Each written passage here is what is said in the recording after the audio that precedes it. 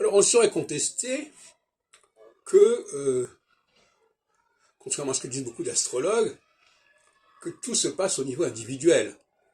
Le collectif joue un rôle majeur. Et il est important que l'astrologie se saisisse, ou se ressaisit du collectif. Par exemple, on fait les mêmes choses, on fait certaines choses en même temps. Il y a certaines heures où on dort, certaines heures où on mange, certaines périodes où on prend des vacances, où on voyage. Bon, donc ça, c'est une notion fondamentale qui doit correspondre à un modèle astrologique, quel qu'il soit. Il faut qu'il y ait un modèle astrologique qui rende compte de ce vécu ensemble, de ce vivre ensemble. Et alors il y a l'astrologie mondiale, mais alors l'astrologie mondiale, bon, c'est réservé à des événements majeurs, etc. Enfin, on ne va pas revenir là-dessus. Mais il y a aussi l'astrologie sociale, qui est essentielle. Pour moi, l'astrologie est d'abord sociale, c'est-à-dire qu'elle doit nous parler du fonctionnement de l'organisation de la société.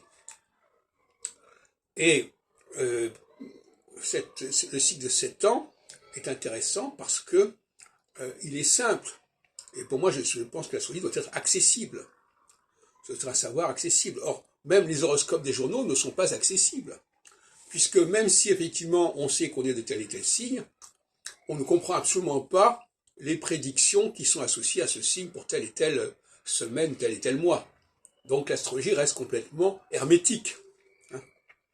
Ce qui est amusant avec je crois que ça n'a pas été signalé par Serge Morel, c'est ce mélange ahurissant entre d'un côté une division en 12 que tout le monde comprend avec les changements de signes à tel moment du mois, et de l'autre côté le verbiage des astrologues qui vont nous dire que les gens du bélier, il va leur arriver ceci ou cela.